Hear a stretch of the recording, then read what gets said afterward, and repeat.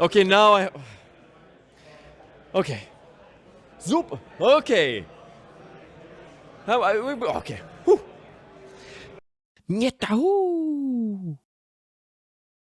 Hey people, welcome. I have a special guest here. His name is... Now I will get the name right. Pappaianni. Okay, something like that. Okay, let's go with that. And he is this year's runner-up. He just got beaten like this close in Alliance World Championship 23 here in World Championship against Donut's dad. Man, I really appreciate that I want to take this interview now. How does it feel, buddy? It feels rough, but it was a good match. Well, it was a good build up to the match. We knew both me and Donut's dad had already tested this match online many times. We knew it was a 50-50, and when it comes to Alliance, when we all build these decks, we knew that we had to build something that by round 1 or round 2, the game is already decided because there's so many powerful combos out there. The gens have been outrageous since the beginning. And the fact that they printed out Scholars made it a bit more competitive. In fact, it's not a surprise that 2 out of the 4 decks in the Alliance top 4 were Scholars. Yeah.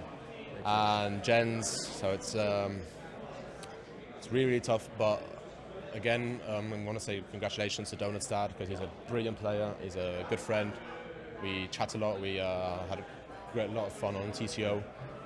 He deserves it. But I'm very proud. I'm very happy to be here in this position. Europe! Bringing Europe onto the top of the world, bringing Italy, Sweden as well. We had a chat earlier on about Sweden since I've lived there 6 months, and I left a piece of my heart. That's how you say it in Italy, in that city.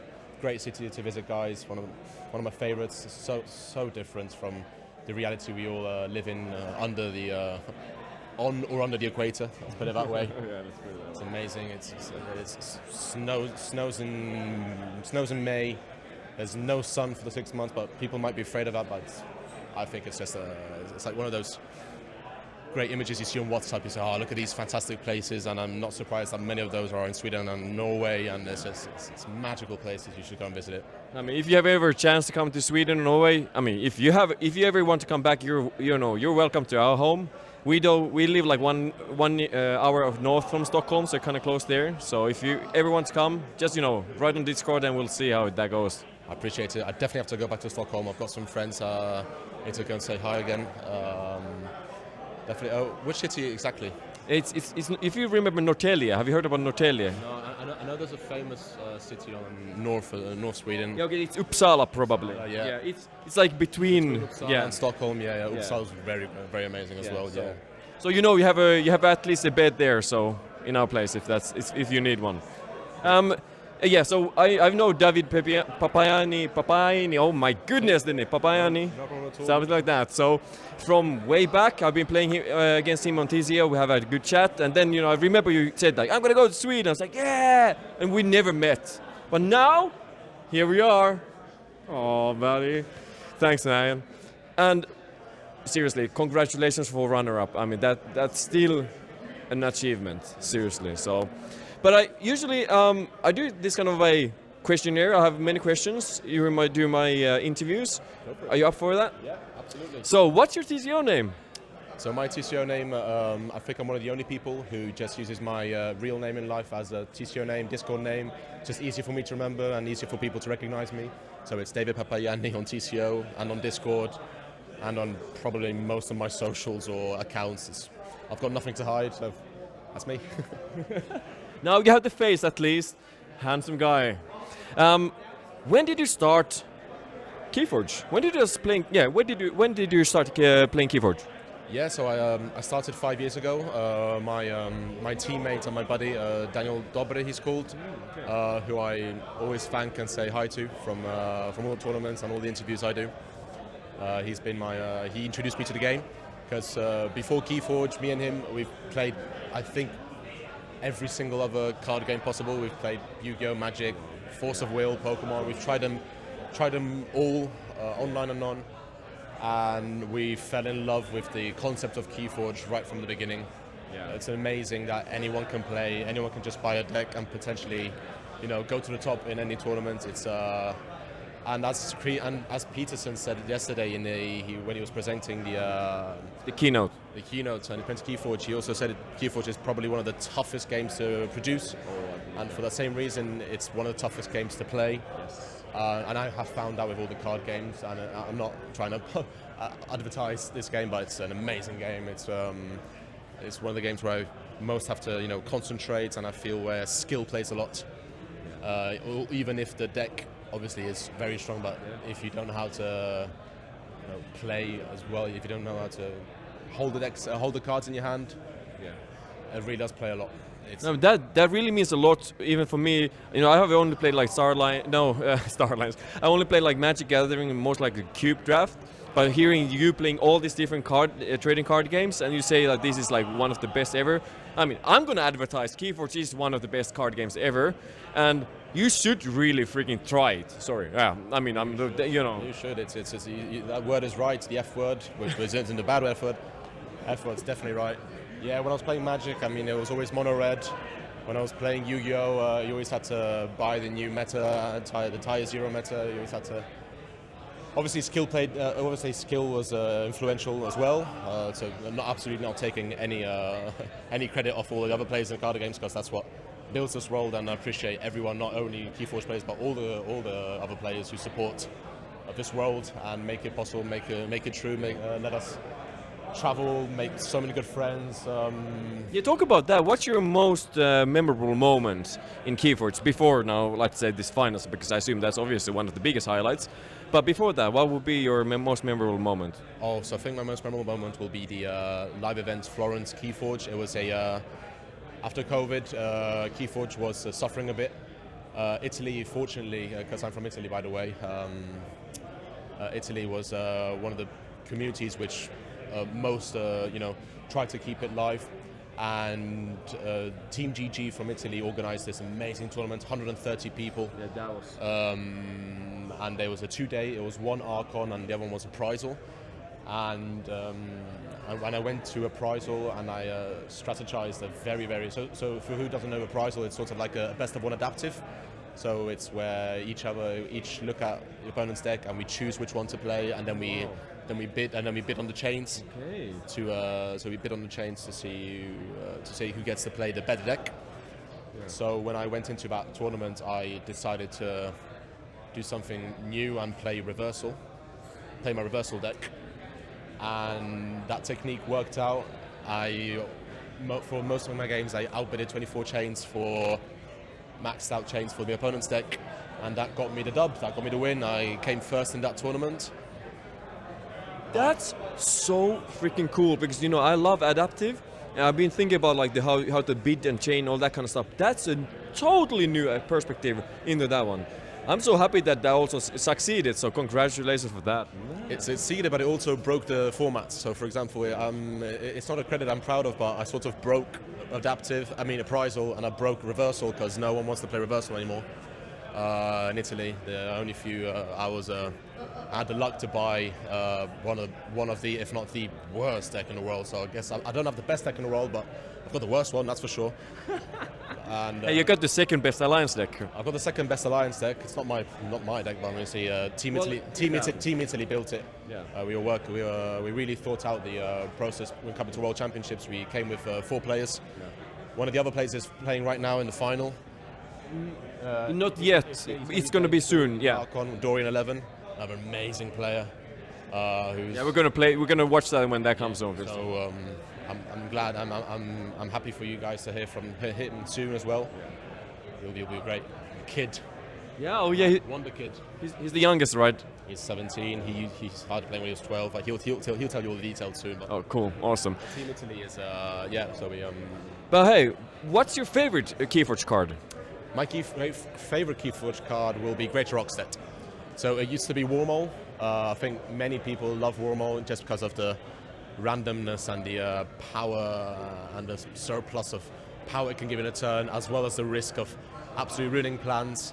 I love the art, but Greater Oxted for me has always been a card that whenever I see in a deck, I love it because it's a great start. It purges out cards you don't want to see for the rest of the game.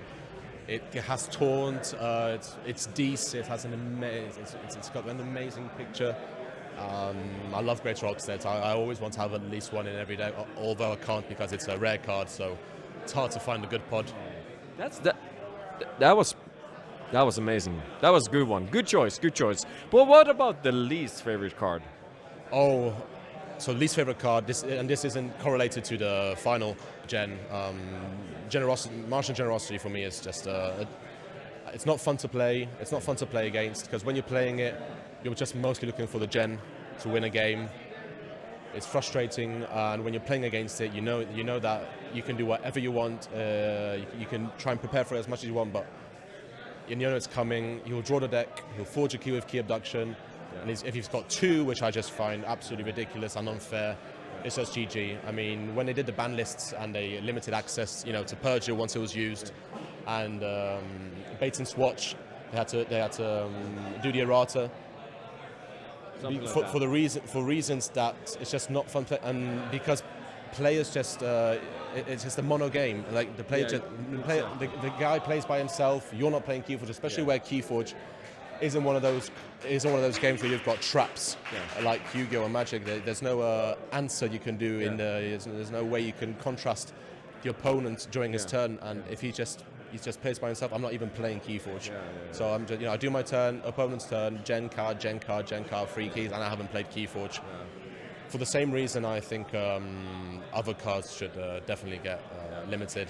I mean, I assume, like, obviously after this alliance, there's going to be several cards that hopefully are going to, like, they're going to check the restricted list again and check through, because we had some crazy alliance decks, like overall. Through the whole tournament. But Martian Generosity is also my pick, because the way how you describe it, I think most of us KeyForge players, we want to have this interaction back and forth, have this pull and push kind of feeling all the time instead of like mono. And most likely, even if we would ask Donut's dad, I think he might be like agreeing in that sense. Even though he said that it's his favorite card, since way back. But he was the one who bought a display in AOA. Straight away Genka, played it down into the earth and so on. So I understand everybody has those own experiences, but yeah. What about then? What's your favorite artwork? My artwork. Oh, there are so many. Thing is that we had the luck to have a sneak peek at Grim Reminders, and what I saw is that every set the artwork just gets better and better, and there are some Grim Reminder cards which are absolutely amazing. Just love to see them. I'm usually a big guy card, so I like big creatures. So probably my favorite artworks are Saurians. I love Cincinnatus. I love the fact that they made dinosaurs politicians. It's so anti-synergic, but it just works. It's lovely. I love dinosaurs, so it's probably going to be one of the dinosaurs. Cool. What about then, if we talk about mechanics, what kind of mechanic would you like to bring into KeyForge? Print in? Yeah, or brought more of that kind of mechanic into the game. Probably more of archive control. I like so some of my favorite mechanics are Merkins. Yes. I love Merkins. I love Project Xyz. Daisanya is always a nice card to have. I also like the Archivist. I like playing with archives a lot. Yeah, so that game in itself is it's definitely stepping up. Yeah. I know there are some mechanics soon which will be working with the Purge cards as well. The only card which worked with Purge cards, I think, was Universal Recycle Bin before Grim Reminders. I know something's working with that, but it'll definitely make it more interesting. Definitely lower the power of the furnaces. People make people think of what to purge during the game. But I think Archives is amazing. I think it'd be a great mechanic. Oh, and I love the color of the keys. So, yes, I'm waiting for that. Amber Skies. Amber Skies, and the key color is like deciding which color key to forge. That is insane. Just to trigger different effects. We have the chance to play Grim Reminders here already yesterday, and we like already talking about that, like how amazing that one, like the feeling of that whole thing. And now we're already thinking about Amber Skies. Like we have two incredible sets coming in front of us. I can't freaking. Today I'm using the F words. I know you usually don't do this, so I'm so sorry. But yeah. That just means I'm super excited at the moment. But what about then? What's the worst mechanic in your opinion? Drawing. It's. That's kind of funny when you play Scholar in Alliance. I don't like Scholar. I don't think it's a fair card. It's not fun to play. But when you're playing Alliance as well as Gen, you have to. If you want to win, you need to bring these combo decks. But it's not. I'm not gonna be hypocrite. I don't like Scholar. Even if I do like Saurians, it's not fun for the opponent for him to see draw 6, check, hand, board. Same with Gen, draw, and there's nothing you can do against it. Yeah. But this brings to the next question. What about now? They are announcing something here.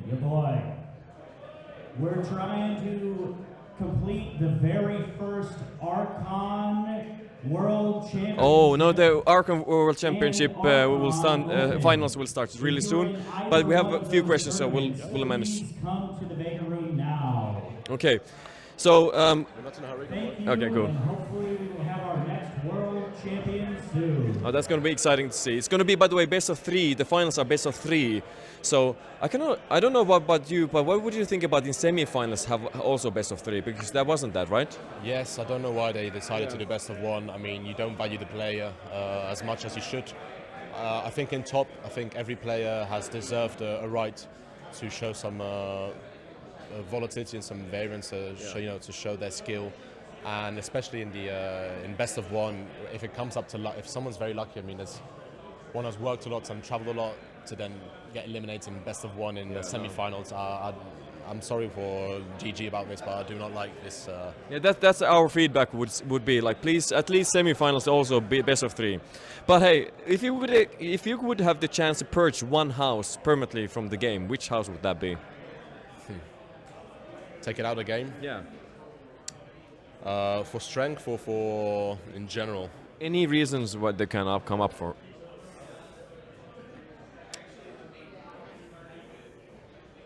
Probably Logos. Makes sense. You were talking about drawing and that, and Logos are really known for drawing, so yeah, it makes sense. It would definitely change the whole meta.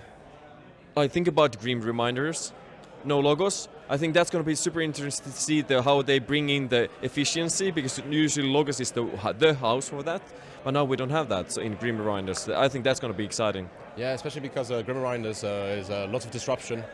And what we see in the previous sets is that even if the decks have a lot of disruption, if the other player is playing Logos, he's still archiving a lot, he's still drawing a lot, and unless you've got a really powerful Dees with Ethan's Jar, Control the Weaks, Marks, or it doesn't have all that power to disrupt if the other player is just drawing a lot. I mean, hey, but if you could choose a house that would receive a gigantic creature, which house would that be? Like, which house should get a gigantic creature? Yeah, that's the question. I think a scary house would be Sanctum. I think, I mean, Sanctum creatures are already big as they are. I mean, if you find a good Sanctum, it's usually 8, 9 creatures, and I think a giant would really, complete the idea behind Sanctum. Like, huge creatures, taunt. Like, just imagine a huge Sanctum with taunt. Like, even bigger than the one has the double taunt. I think the big Sanctum should have taunt on everyone. I mean, the other effects are so crazy. Why shouldn't the big Sanctum have taunt on all the creatures? Have to kill him before anyone else. I think that would be amazing. You're the first one actually saying Sanctum of all the interviews that I had so far. It's really cool. Yeah, I mean, you can't. I don't think you can do a gigantic of disruption. I don't like like a huge Infernus or a big Guestoid. I think that'd be just too. I think everyone would just be playing it, and the ones already are out. I mean, the Ultra Graviton is broken. It's broken AF. I know we played it. You had this idea of having double gigantic creatures in all the houses in Alliance. Yeah. It was one of my ideas because I used to own the double Graviton pod, which Petitbot played in the championship. Fortunately, he lost to Donutstad. Yeah. So much value, and double gigantic creatures, amazing with 6/6 coming. Yeah, exactly. But then, my next question would be, which key do you forge first? I always forged, because I used to play Daphne Vega, the Worlds Collide, which used to be number 1 on dock. I used to own that deck, and I was used to playing Red Baron. So because it's one of the only cards, I think it's the only card before Grim Miners, before any future deck which had its effect with keys. It's the red key, but that'll probably change soon. But right now it's the red key. Cool. Is it Flume or Gruen? It's Gruen, man. Gruen, man, really. What about Sanctum or this? These. Oh no! No, David, no! Great Rocks is my favorite. I mean, I knew it was coming. I know. I love Sanctum. I mean, I love the artwork, but these. Yes. It's okay. It's okay. But what about then, Orb of Wonder or Nepenthe Seed? Orb of Wonder. Yes. That's an easy one. Easy one. What about first player, second player? Depends on the deck. Depends on the deck. That's how the pros will say. And then second last question, which is really important. DT best set? Oh, come on. That was perfect. That was perfect. I'll give you the second best after DT if you want. Oh, no. Let's just be there. Okay, that's good. And the last question is, have you subscribed to my channel? I will be doing soon. Hey! But have you received my stickers? I haven't yet, no. It's time. Yeah, no, man. You're gonna get now. By the way, thank you for the interview. A bit sweaty. Me too. So it doesn't matter. It was a pleasure. Pleasure to you. Bye, guys. Bye, guys.